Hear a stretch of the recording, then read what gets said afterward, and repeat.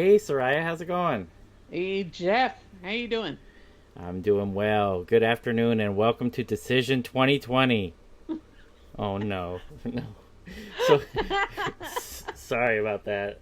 So here we are in your a. your go-to place for Yeah, for for Paisley Underground and political commentary. yes, exactly, exactly. We're not going to do that. We're not going to do No. that. So in the U.S., we're still trying to figure out who our next president is going to be, and Yeah, sit hopefully we'll tight. figure that out soon. And hopefully every vote counts, and it's all legit, and we get in there who America wants in there. So Let's just get someone in there and have it be. yes. Done. But But one thing that I think all of us can agree on is that Matt Devine is an awesome musician, and he is our guest today. yeah, it's interesting when you think about it because Matt's been really active over the past couple of years with different projects. But we're actually going to be taking a look at a period of his life when he was not in Los Angeles, but rather in Austin, Texas, Yeah. and looking at an album that he released recently called A Distant Present, which is a selection of 10 songs from that period. But also, we wanted to talk to him about a couple of other things from Austin from that period of time. So, I don't know, Jeff. Should we get started? Yes, let's do it. I am anxious to get this going. Let's go. Hi, this is Soraya. And this is Jeff, Our podcast is called Paisley Stage Raspberry and Rhyme. a podcast where the two of us play music that we like and share anecdotes and background about the tunes. We hope you'll join our conversation. And without further ado, a grooviar. Let's get groovy.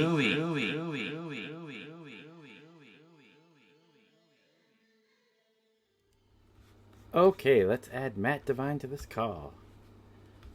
Matt, join this party. Hello. Hello, good evening, Matt. How are you doing? Hey, how are you? We're doing great. We're doing great. We're really excited to get to talk to you tonight. Yes. Oh, awesome. Thank you. Okay, so we'll kick in. We'll officially start now.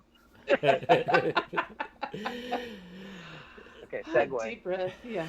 Uh-huh.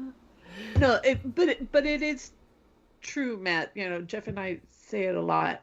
One of the saving graces of this entire time of COVID and quarantining and this crazy election is music has been this really lovely um consoler, distractor, animator, encourager, and then you gift us with this album, A Distant Present, which Jeff and I really enjoy, and I we want to encourage people to go and take advantage of the fact that it's out there.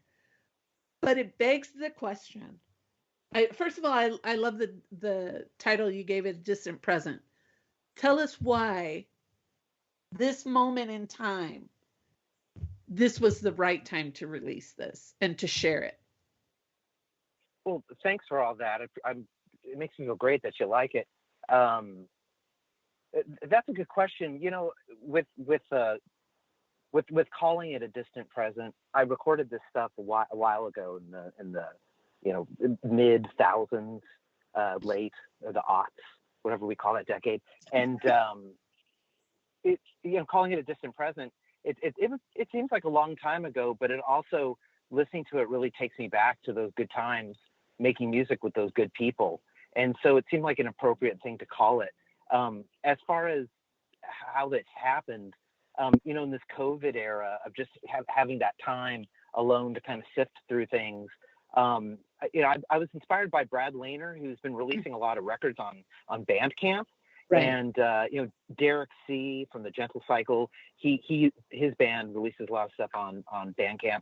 So I checked it out, and it's a really great way to share music and to hear new music. So I got and learned that, and I knew I had this music that I liked that I recorded. So I cracked open the hard drives and the laptop and just was kind of put together the best mixes of the best stuff that I had. And I really felt like it kind of came together quickly with sourcing out the stuff that I recorded. And, I figured no better time than the present to kind of put this out there when there's something like Bandcamp to release it through. Yeah, we're really glad that you did. And it was kind of a surprise, as Soraya mentioned, that this came out. And we know your work with Permanent Green Light, with Medicine. We've talked to you about both of those projects. And also, you were also involved with Possum Dixon, Ventilator, and Elevated Lines that we want to talk to you a little bit about later. So was this these songs that you've released as A Distant Present, was it any different than any of those other projects? And can you tell us about the people that you collaborated with on this project? Yeah, absolutely. I think what made it different was, I've always kind of moved at my own on my own timetable with music on my own that's outside of a band per se. Even with Ventilator, it was just I would do it when I got something done was when it got done. But with this, there was really no ambition involved with it whatsoever, and that was a real liberating feeling of just I'm meeting these great people in Austin who are really talented, and songs are happening, and I'm going to record it at home. And a lot of the songs were recorded in the bedroom that became my son's bedroom after he was born. So, when I listen to it, it really takes me back to being in that space and feeling in that time when so much great stuff was happening and about to happen with the birth of my son. And, on a personal level, listening to it really takes me back to that. And again, spending time with the people who I made the music with, I wrote a lot of songs with Kerry Clark, who I was in a band called 16 Deluxe with Jeff Kopis, who plays on the record, and they're friends. And one of the songs I did with Kerry and Jeff is on the record. George Duran was in a band called The Summer Wardrobe, and he does a lot of session work in Austin. At one point, him and John Leon, the pedal steel player, and John Sanchez, guitar player who plays on one of the songs, they backed up Rocky Erickson. And so George plays on a number of songs with drums, and he was kind of the anchor of a lot of the momentum of kind of like, okay, I'm recording, I'm making songs, and it's sounding good. With other folks who played on the record, Jeff Lash was a guitar player who I met in Austin. I saw him in a band and just thought he was an incredible guitar player. And I never met him that night. I'm like, who is that guy that played in that band? So I would ask people around Austin, hey, I saw this band at the Continental Club. I don't know who they were, but there was this guy and he looked like this and he had this type of guitar. And so I finally met him and we would just hang out over guitars. And that's how Runways High happened, was kind of just by hanging out with Jeff and coming up with chords and talking about the bands that we liked. And then let's see, Byron Reynolds, who I played with in Ventilator and Possum Dixon, he's on 2 songs, and then Tony Scalzo from Fastball plays piano on Happy New Year. Wow.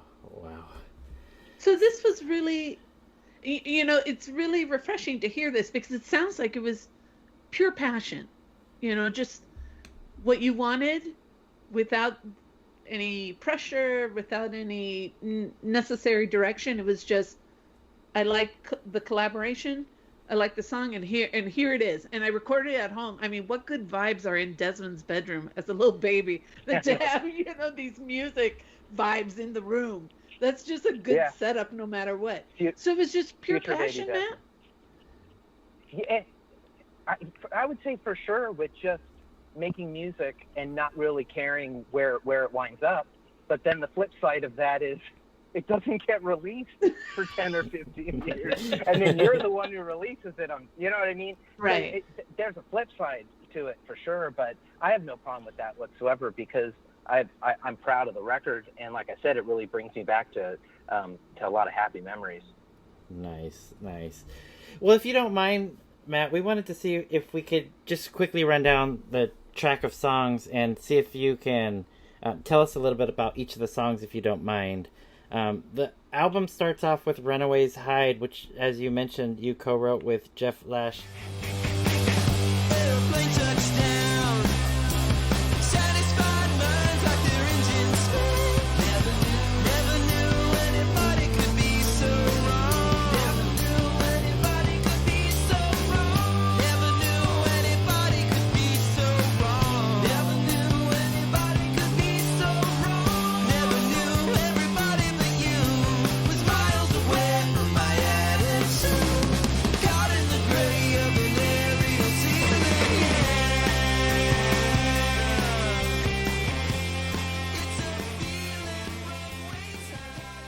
Is there anything that you could tell us about this song? Yeah, that song, it really started with sitting over guitars, like I said, with Jeff, and kind of playing around with chords. And I kind of came up with the modulation trick where it keeps changing key as it goes along and keeps going up a half step, and and I think that gives it that lift. And I think once that clicked, then I knew that it was a song that was worthwhile recording. Very cool. It's a great way to start it. And I noticed a little bit in the lyrics, you mentioned the phrase, when the plane touched down.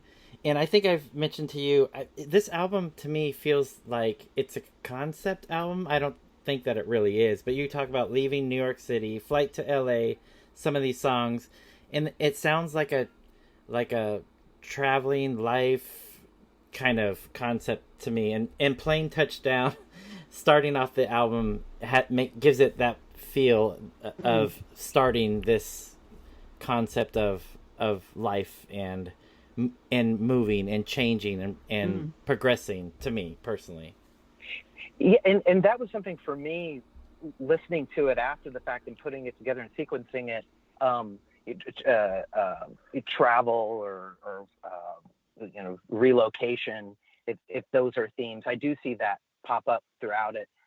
Like Wheels, for example, that's about my dad having a stroke and the time that I spent with him afterwards. And so in some way that had that relocation thing of knowing he was going to move on in the way that he did. So yeah, I agree with you. It wasn't intended to be a concept record at all, and I don't think it is per se. But I think there's a theme, certainly because I literally moved and relocated to Austin. So that was part of it too. And then the second track, Rail, you've got this badass line in it. I think this city's so cold-hearted.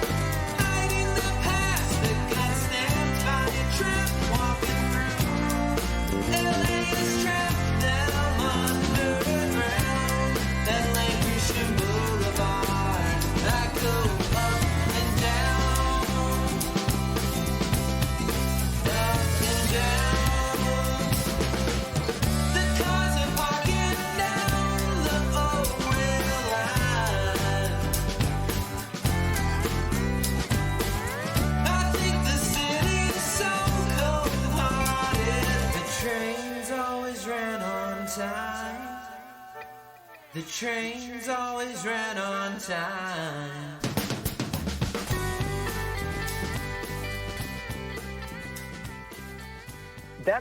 That's my favorite on the record. It's I was living in North Hollywood near where they put in the subway, and so I used to hear it. I used to hear the sound of them drilling into it, which was at least a mile or two away. And so I would see the progress of them ripping up the old rail lines that became the bus line, the Orange Line, and put in the subway. So that was what informed that lyric. Got it. I love that. And that lap steel is, I think I was telling you before, it's not one of those lap steel parts that are so obtrusive. It's subtle, and it's just gorgeous in this track, in my opinion. I just love that lap steel part. Yeah, and that's John Leon. That's testament to his playing, because he's such an impeccable musician. And at one point, there's the fuzz, putting fuzz on pedal steel. It just sounds great when that kicks in. It's like a Burrito Brothers thing, and I love that band. And being able to record a pedal steel player was fun to do too. Yeah. So did he also play on the next track, on when you do a cover of Beck's Lost Cause song? Is that also? Yeah, Yeah. Okay. Yeah. and Happy New Year. He's on those 3 songs. Right. Okay. Right. Yeah. So I was really glad that you did that cover of the Beck song "Lost Cause," because that 2002 album "Sea Change" is my absolute favorite Beck album, along with the 2014 Morning Phase album that he did. So it was really nice, and your interpretation of the song is just gorgeous. And with that lap steel, it to me it feels like Austin. Oh, thanks. You saw the eyes cut through the bone, making it hard to leave you alone,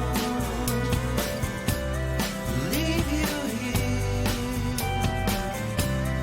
wearing your wounds, waving your gun at somebody new.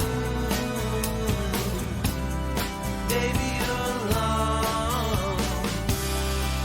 Baby, you're alone.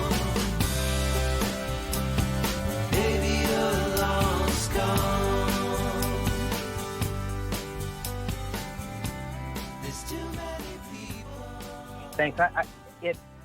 I liked that song, and I'd heard it and liked it, and I remember just playing it on acoustic guitar, and I kind of came up with that arrangement of kind of a quicker tempo, I think. With approaching something like that, it's kind of like thinking of how the Byrds would approach these Dylan songs, where they would prettify them and just add harmonies and kind of tighten up or maybe make it a little brisker. So I think that might have been an idea that I had for that arrangement. And then Happy New Year? Yeah. This has to be a theme song for New Year from now on for me. It's gonna be a happy new year, and the ground's just as cold as yesterday, and the nights seem to get a little darker. I miss you and the time the new year brings, so let's have a happy new year. Every morning we could sing "Auld Lang Syne," and we'll fall into the arms of the first day of the new year and the beginning of our lives.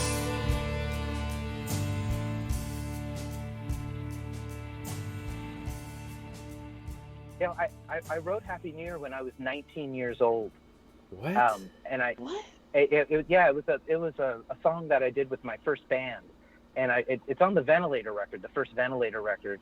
And being around these musicians in Austin, I just thought, wow, it'd be great to record this song and have pedal steel on it, and maybe a piano, and that we did the basic at a studio in Austin called Cacophony, and I asked George, John, and John Sanchez, another tremendous guitar player in Austin, to contribute to it, and Tony Scalzo played the piano on that, like I said, and I just kind of wanted to do it, and I still believed in the lyric and the sentiment, and I think it sounds pretty good. We agree. Yeah, totally. We agree. So then, if this was an LP, this would end side A, or side 1 is compilation tape, where you sing "You Are Several of My Favorite Tunes."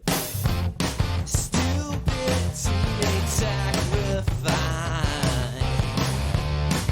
Always learn the lesson twice. But something's always got me through to people just like you. You are several of my favorite tunes. That's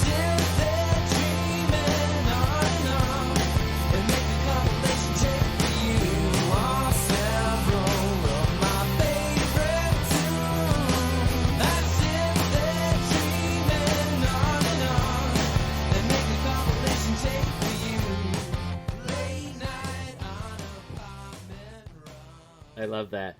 So, like most people in our age group, I would imagine everybody remembers making compilation tapes. So this definitely strikes a lot of good memories in my book. What made you decide to go ahead and write a song called Compilation Tape? Yeah, it's like you said about making compilation tapes back in the day, and we would make these tapes for ourselves, and we'd make them for people that we cared about, and I kind of, the idea of the lyric was, well, you know, what if you made a compilation tape for someone you wanted to get to know, and then never did, kind of like an unrequited love song, and then you spend more time with the compilation tape than you do with the person. So that's the idea behind the song. Yeah, and I really love Byron's drumming. He's just kicking ass throughout that song. So it made it fun to just track those guitars and go nuts playing on top of what he did. Yeah, that situation definitely applies to me. I know, and I can think of 2 instances where I spent days making compilation tapes for girls in college, and I never even gave it to them because I was too scared. I know the feeling. Yeah.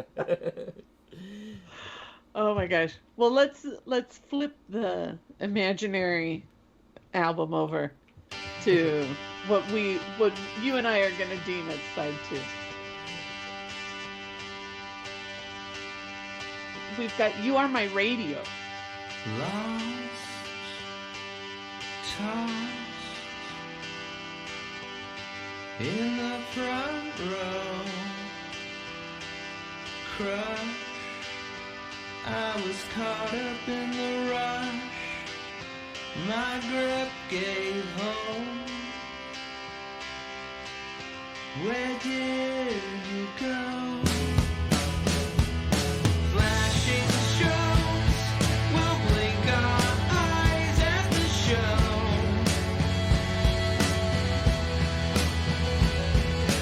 Beating in time to the rock and roll songs that we know. We sing na na na na na na. Why did the lights come on? We were just singing na na na na na na. You are my radio. The car rides long 'cause the speakers blow.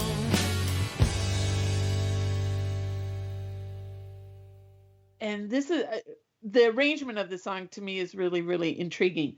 Talk to us give us a little background about this song.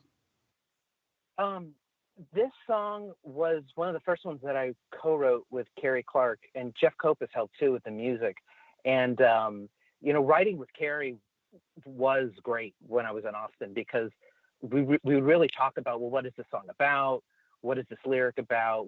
This character or this person's that's singing these lyrics, where is their heads at? And so with You Are My Radio, the idea was, and this is from my perspective of it, is like when I was a teenager and I'd go to Hollywood Palladium to see a show, and there would be all that energy, and then at the end they would just kind of flip the lights on, and you'd be like, what just happened? We were in this space, and now it's like, you know, now it's time to go. And the memories of driving home afterwards, where it just seemed criminal to put on the radio because your ears are still ringing, and all this excitement from having seen the band that you saw. And that was what the idea with the lyric was. And we recorded a version of that in elevated lines, and I felt compelled to record my version, to kind of just do what in my head, what was a different arrangement, mm-hmm. which is kind of based off of New Age by the Velvet Underground. The drum, the big ending with kind of with the drum playing. I'm playing drums on the song on my radio. The one song I play drums on, and so I played that, and so I came up with the arrangement I did. And it's different than Elevated Lines, but I think it sits well in this record. Oh, look at that. Yeah. So for me personally, 3 of my favorite songs are on the latter half of this release, and this is definitely one of them. Um, there's two things I really love about your voice, Matt, and that's one of them is sometimes the vulnerability in your voice is just absolutely beautiful, and another thing is your falsetto. And there's in this song, there's kind of like a John Lennon type falsetto, and I just absolutely love it. And for our listeners who know that Matt was a part or is a part of Permanent Green Light, this is not a Permanent Green Light release by any means. This music is different. But in my opinion, this particular song is the closest that you'll hear to a Permanent Green Light song, in my opinion. But yeah, for sure, the rest of this is definitely not a Permanent Green Light release. But I did note that the drums at the end were interesting. I think you're doing like a snare tom thing that kind of propels or brings the song to an ending, and I think it's really effective. Thanks. Yeah, that's great. All right, so next up, you were mentioning about Wheels and your father, and I was talking about the falsetto. I really love the line where you sing the "Walking down the streets that your children." That line. Walking down the streets that your children run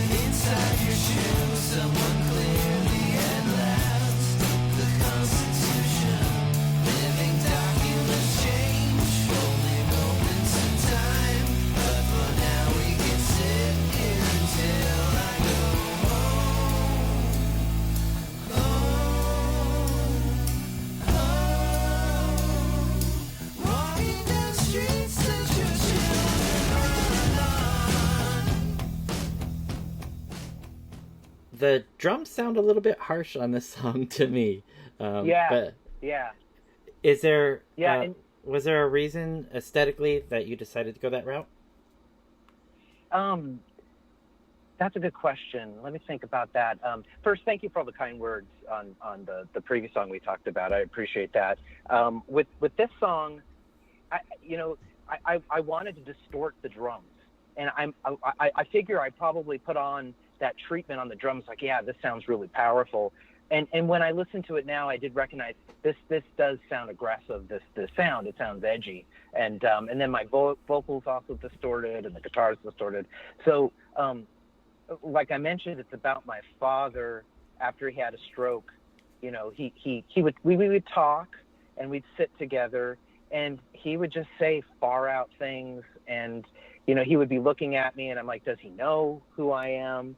And he would it would be very psychedelic experience hearing him say the things he'd say, where he'd look out the window and he'd tell me that he saw my sister when she was, there's Betsy out there, and you just wonder, is he peering out the window and seeing 1976 out, and you know what I mean, like outside the window? And it was something else. And then all of a sudden he would say something to me completely clear that would show, okay, he does know who I am. And then we would veer back off into something wild. And I have a lyric in it that talks about how he held up his shoe and he said he found the Constitution in his shoe. And and that took me aback. It's like, okay, wow, we're off. This is far out, right? So I think maybe, if I had to guess why it's distorted outside, I thought it sounded cool at the time. Maybe there is kind of an edginess about singing about your dad having a stroke. Yeah, that makes sense. That does make sense. Matt, Jeff and I talk a lot about track placement, and the decisions where things go.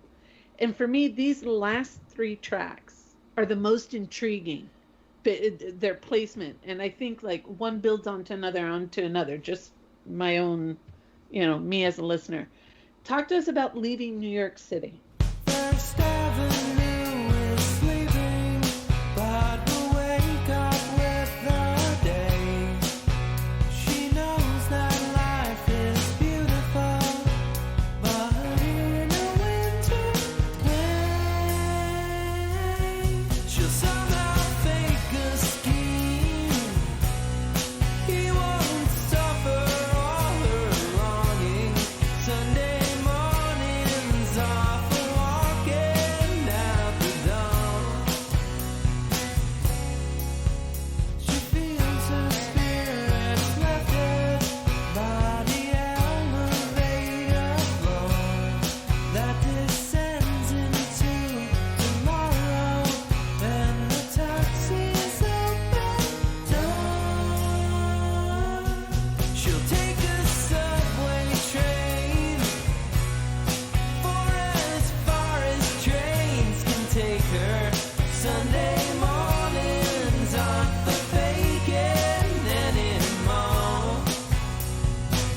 She's leaving New York City.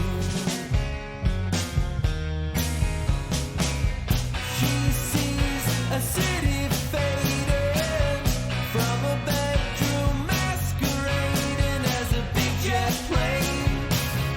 She has a family waiting, and she knows they'll keep on waiting in the winter rain.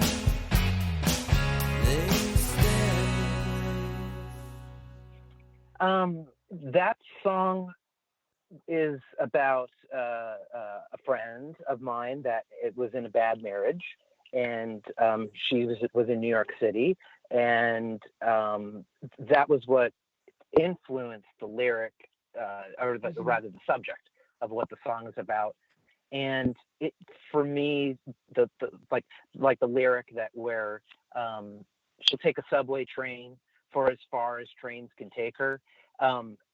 That lyric for me is two things. One is that kind of desperation of just however I can get out of this, I'm going to take, but also that it's kind of a fantasy of the idea of like leaving for the day, getting on a train, pretending that you're leaving, but then you just come back home and you're enduring this situation you're in.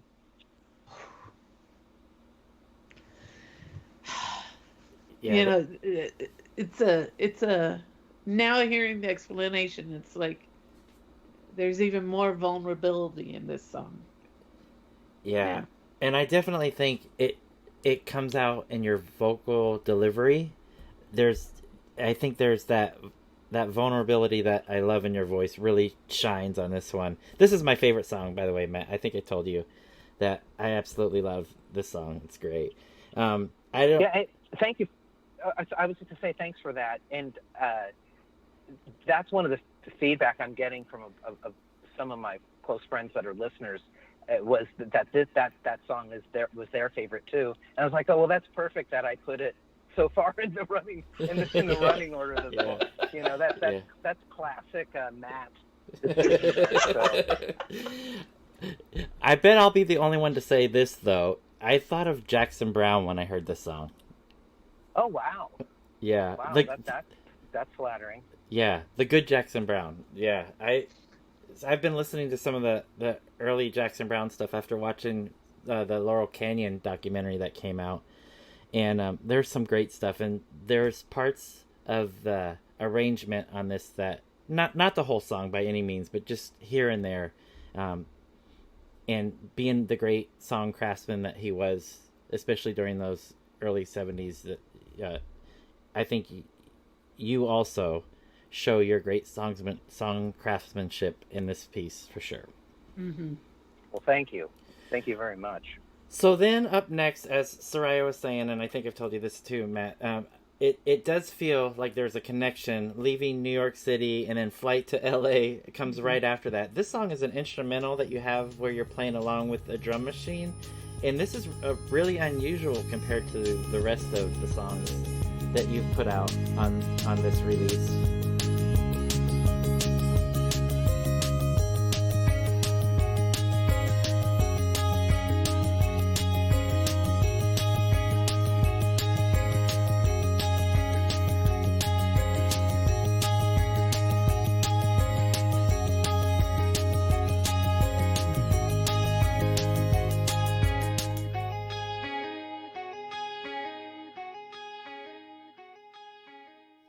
How did this one work its way in?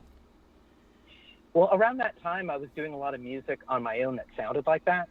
And maybe this goes back to that total lack of any sort of seriousness with being ambitious about coming up with a certain, style of music that's consistent through, I guess I wasn't thinking in the terms of an album when I recorded these songs.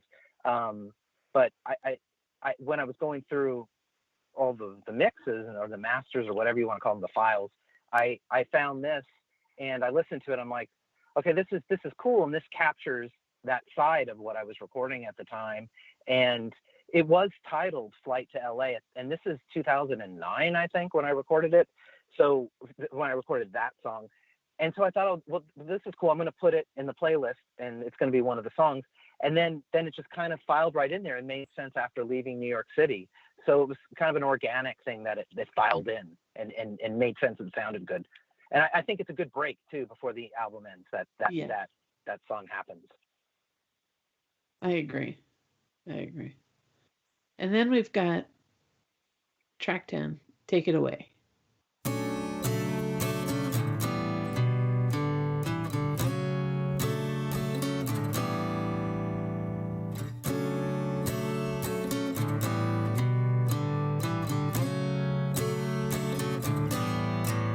I'm a traveler in your town, motionless without a sound, building castles on your beach, dislocated within your reach. Unpack my only suitcase, I could get attached to you. Take it away. Anyone can leave there. Take it away. Anyone can see it now. Take it away. If anyone can die here, take it away. It's gonna be downtown. City streets don't wear down as my feet fall to the ground. For me, this, again, Jeff and I talk a lot about track placement and what begins and what ends, and this ending is, for me, it's a really strong end. And you've really taken us on a journey on the, that's how it felt to me. And Take It Away, I think, is just this really great culmination of this album. Where did the inspiration for this come from? The lyric is about living in a new town, and which is what I had done. I had moved to Austin with my wife, and bought a house and pulled up roots and all that. And so I wrote the song about being someone new in town, and wrote the images that I did around that. The thing is the chorus is much different than the rest of the verses, and it's kind of obtuse. And again, like I've said, I'd listened to these songs for the first time in years, and I was listening to it and thinking about what the lyrics, what I was going for there, and it's kind of like the verses is the person who's new in the town, and then the call and response thing on the chorus is, the people who aren't happy about this guy or whoever he is in town, and it's kind of that fear thing of like, anyone could come here, anything can happen, the people dying downtown. I think that's kind of like, the fear thing that leads to things like white flight, where people like, okay, let them have it. All these new people that are coming in to where we live that we don't like, so that sounds dramatic. That didn't pertain to me in Austin. My experience was very positive moving to Austin, but there are those moments where you do feel a little dislocated when you are in a new plot. And so I think that informs that song. Wow.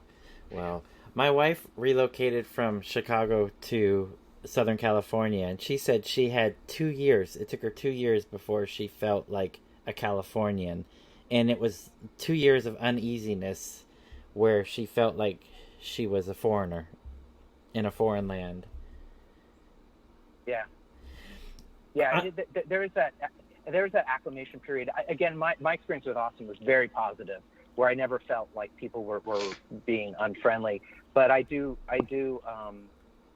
my parents, I moved to Los Angeles when I was 2 or 3, 2 years old, and we relocated from the East Coast.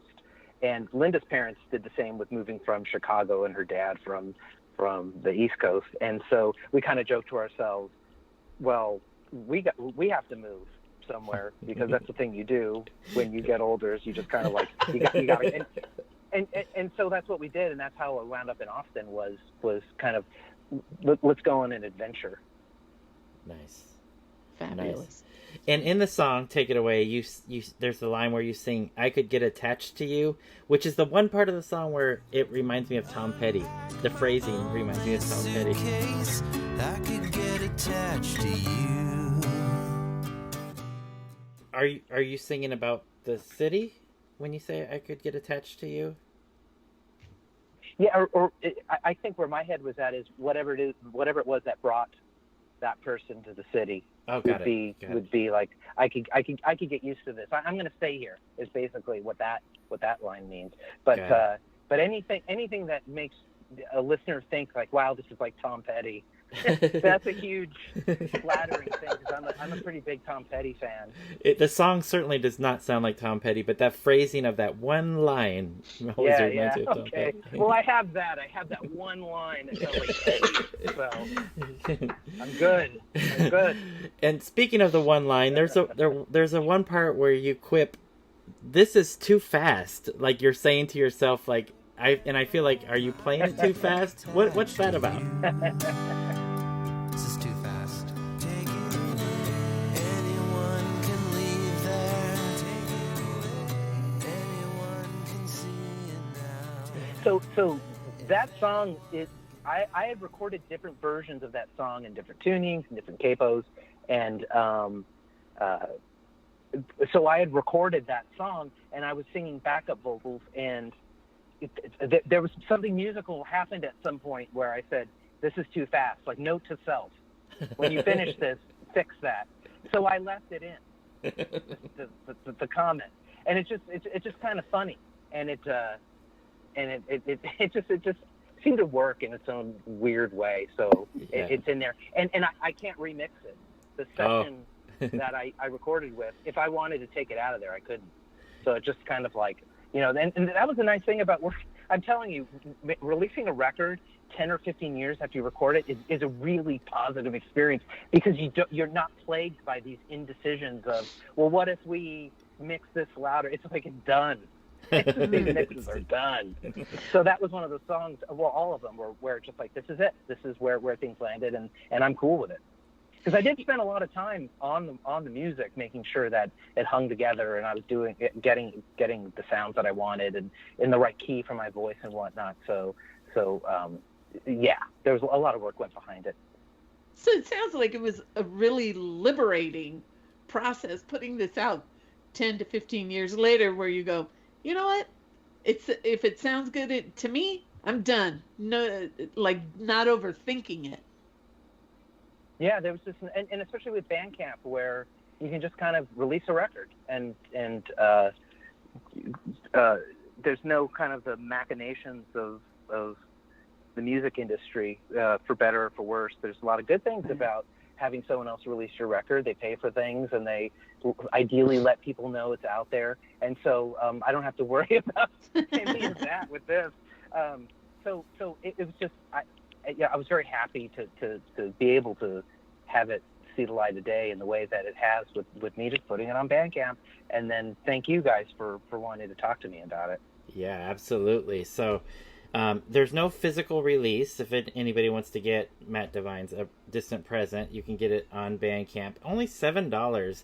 And we're shooting to release this on Friday, November 6th, which is fee-free Friday for Bandcamp, which means the artists get a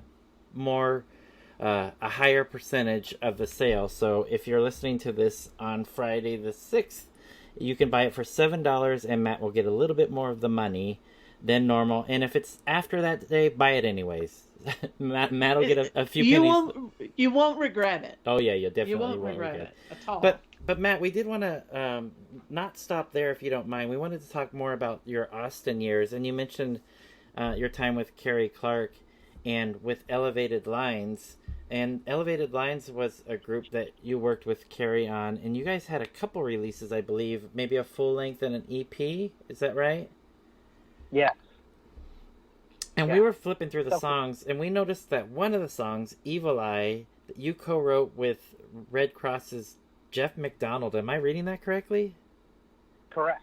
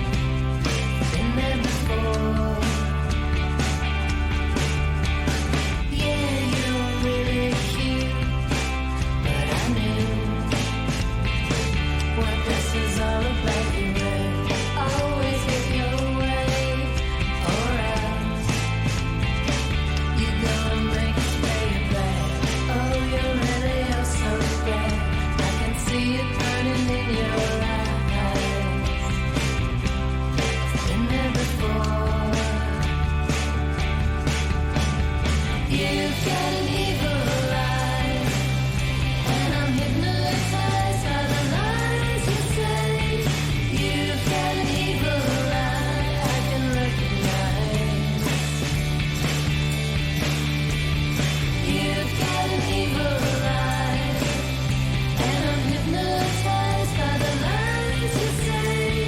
You've got an evil eye I can recognize. And you're bad. Oh, you really are so bad. And you're sad. You're so How did Evil Eye come about? How did you end up co-writing a song with Jeff? Well, you know, I was and am an enormous Red Cross fan, and so you know, I saw Red Cross a lot, and you know, around the Neurotica era in the beginning was when I first saw them, and so I got to know Jeff over the years from being a fan, and then through Bill Bartell and Michael Quercio in the Perma Green Light days. So around '98 or '99. We just started talking on the phone, and we hung out a couple times, and he shared what he was working on, and we came up with that song of Evil Eye, and that was it. There was a demo that was recorded, and when I was working with Carrie and just, you know, sharing songs and stuff, I played her the demo, and she fell in love with the song. She was like, oh, I want to sing this. So I let Jeff know, and Jeff was like, great, you know, do it. And there it is. It's a great track. It's a great track. Excellent track. And another track I'm that I'm go proud ahead. of it too. Yeah. Well, I was just going to say I'm proud of it too, because like I mentioned, I'm a big Jeff McDonald and Red Cross fan. So to be able to write a song and with him, co-write a song and have it see the light of day is and have it sung so impeccably by Carrie, it's a good feeling. Yeah, it's a great tune. And the last tune on that record by Elevated Lines is Monorail.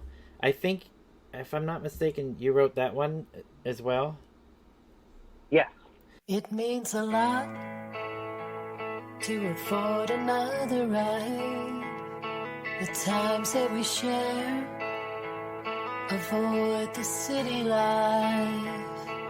Wave to your friends, wave to everyone on the monorail. Yeah, the time that we haven't spent is time we are going to spend together. Go applaud the floating train. We've never felt this way, but they only clap goodbye to empty trains.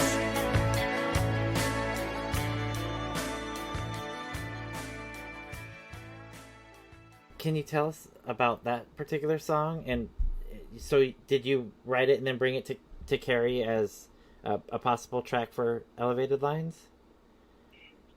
Elevated Lines was great because it wasn't a band in a traditional sense. There was times where it was, but a lot of times it just became kind of like an art collective in a way, or a you know, a pop collective or whatever you want to call it, where different people would write songs. There's a great songwriter in Austin. He was in a band called The Young Heart Attack, and he was in 16 Deluxe too. His name's Stephen Hall. He wrote a song and we recorded that. Carrie and I wrote songs. Jeff Kopis was in the band. He played bass, and you know, the recordings happened in different studios or different places, and I had recorded Monorail on my own. Byron Reynolds is drumming on it. It was something that I started in LA before I moved to Austin, and I came up with the arrangement, and I showed it to Carrie, and I go, Carrie, I think you should sing this. And she sang the hell out of it. I mean, she sounds so good on that recording, and she came up with the synths at the end, the big crazy synth washes that is kind of the sound of the monorail at the end, you know, swishing through whatever, you know, futuristic monorail system. That all turned out really well.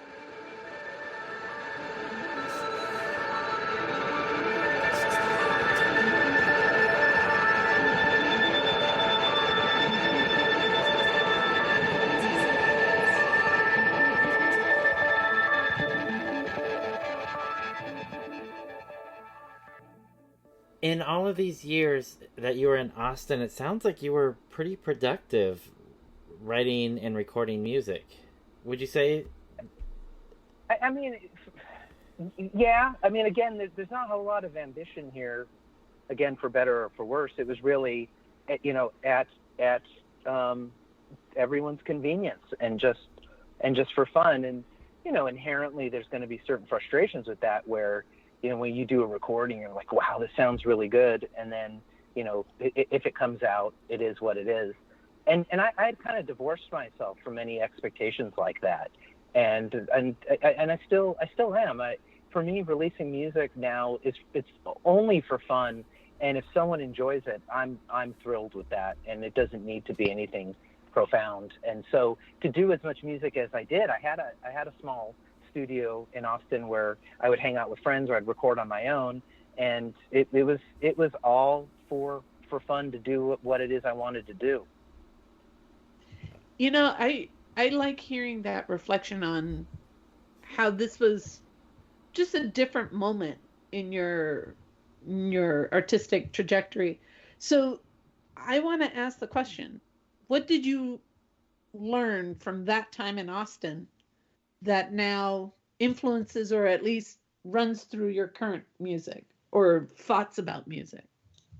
I think having no attachments to an outcome, I think, would be one piece of it, where a lot of times in life you have expectations, or you hold on to things expecting a result, and when that result doesn't happen, then that's where you get bummed out. And so the idea of just doing something for its own fun, a lot of times, I would say almost all the time, people start playing music because it's fun and they want to hang out and they have a great time. And that's how every band begins, is a lot of laughter and fun.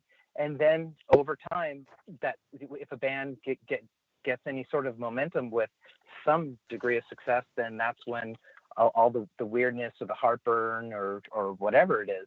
And so the idea of returning back to that initial thing of like, I just want to record music because it's fun, and I'm able to do what I do on my own, and I can make decisions on my own. And it's not as if I need to make the decisions on my own. It's just, the collaborations that I had were with people that I thought were cool and were friends. And to me, that's the best way to do it, is when you're doing something for fun and not attaching those expectations to it. Yeah.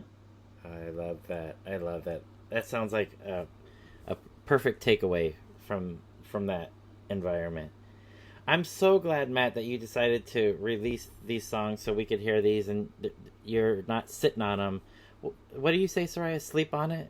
I'm glad you didn't sleep on these songs and let them just sit on your file. So for our listeners, please go to Bandcamp. There's a couple different Matt Devines or Matthew Devines, so I wanted to make sure that you get to the right spot. So if you do matt-devine.bandcamp.com, you'll get to our Matt Devine. and Thank you. Yeah, so we want to make sure you're looking for A Distant Present. And could we possibly see, you mentioned Brad Lehner, who I think releases a Bandcamp release every other day. Can we see perhaps another Matt Devine release on Bandcamp?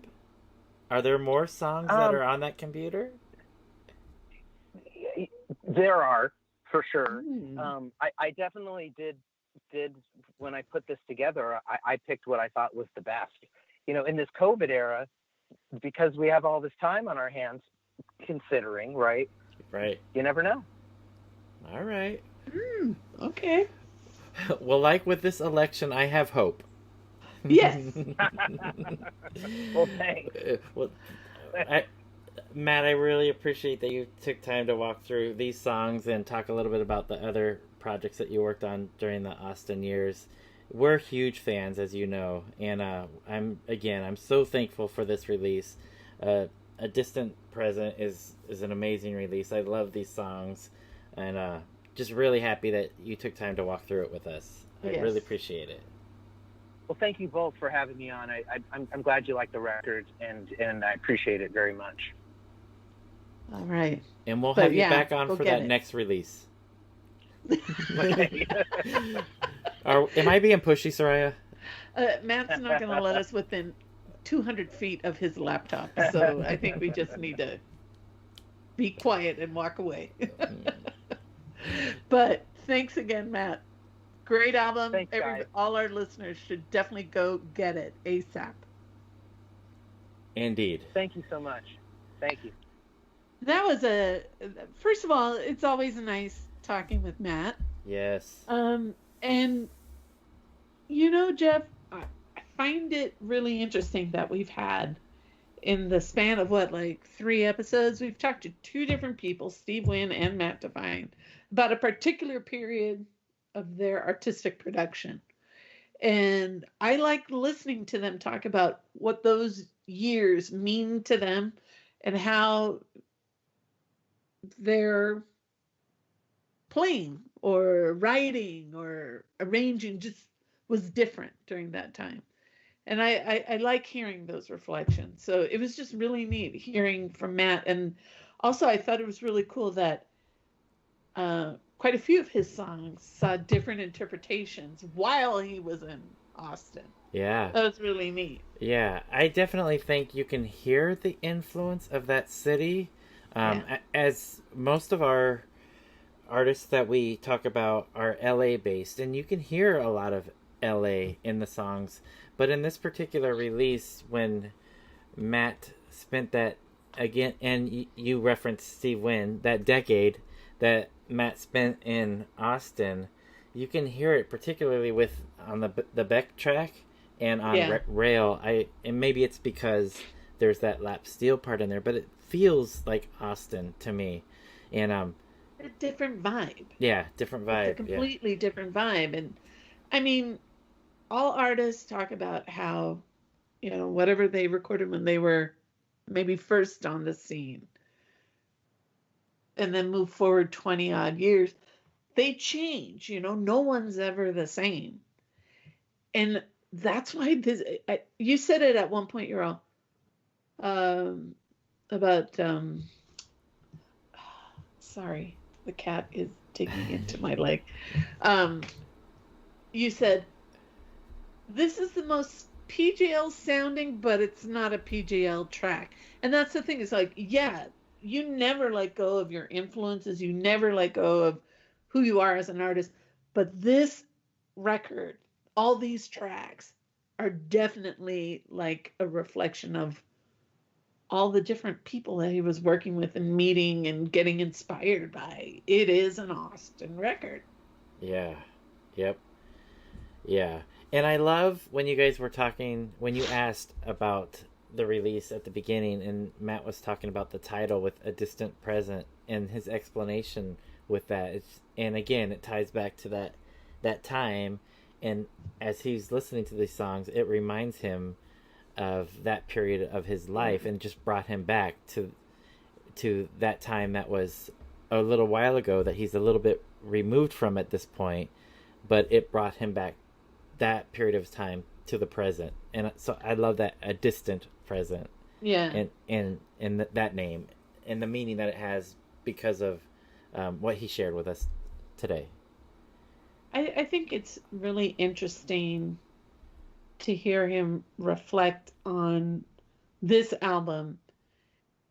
And like there's this very,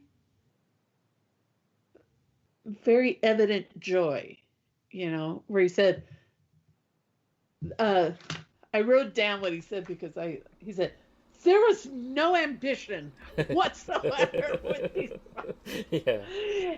And at first it was kind of jarring to hear it because I'm like, what the hell do you mean there was no ambition? Because it doesn't sound like a lackluster song. Like No. when he said it initially, he caught my attention. But as he explained, he said, I did it because I wanted to. I did it because I liked who I was working with, or I wanted to work with this person. So there was no agenda. It was just a song, and I did it in my house, and there was a joy about it. And with that joy came no connection, no agenda, just do it.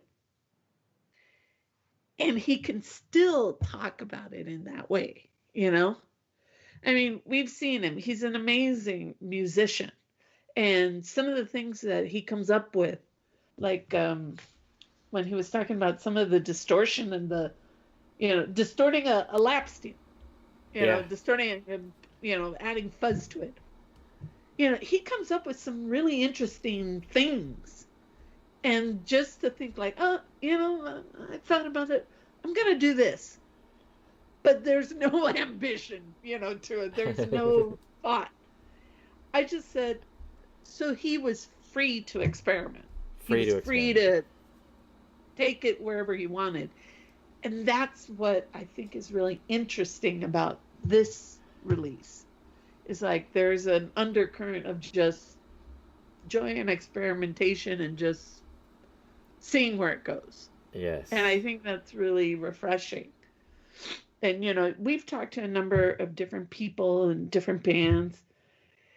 And when they talk about the projects that they were fully invested in, that reflects their spirit,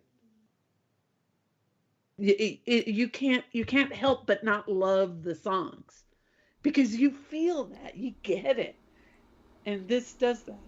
Yep, absolutely. It does translate. As a listener, I can feel that. And hearing all this, the inspiration behind the songs and just his overall feel, it just makes this even that much better as a listener. So thank you for spending this time with me as we talked with Matt. I appreciate it because it just makes this experience of listening to this record that much better. I'm glad we did this, Soraya. Oh, me too. And for those of you listening, if you haven't done so already, go get it. Bandcamp, Matt Devine, Distant Present. Yes. You won't regret it. $7. $7. Where are you going to find an album for $7? Exactly. Where you don't have to pay for shipping and taxes as well. Yep. Hello, and you support artists that give us good music. Absolutely. No brainer. Do it. Do it. Go get it. On that note, we better say goodbye so they can go purchase the album. Gente a groovear. Groove on, Paisley people.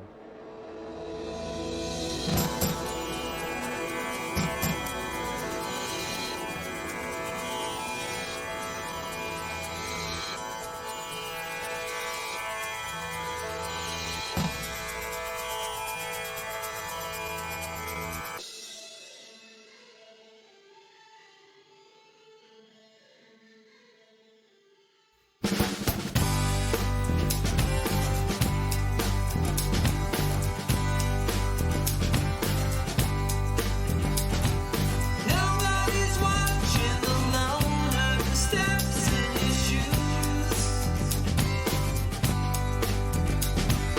Tearing up tracks for the metal and scraps he can use.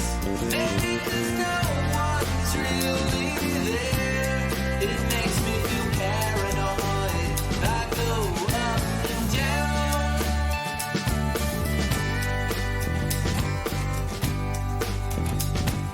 Passengers run on a shunter that's caught in the zoo.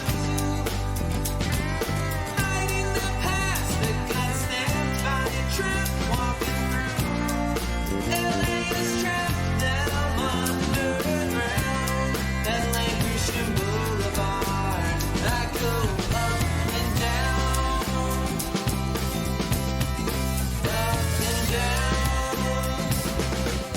The cars are parking down the old rail line. I think the city's so cold-hearted. The trains always ran on time. The trains always ran on time.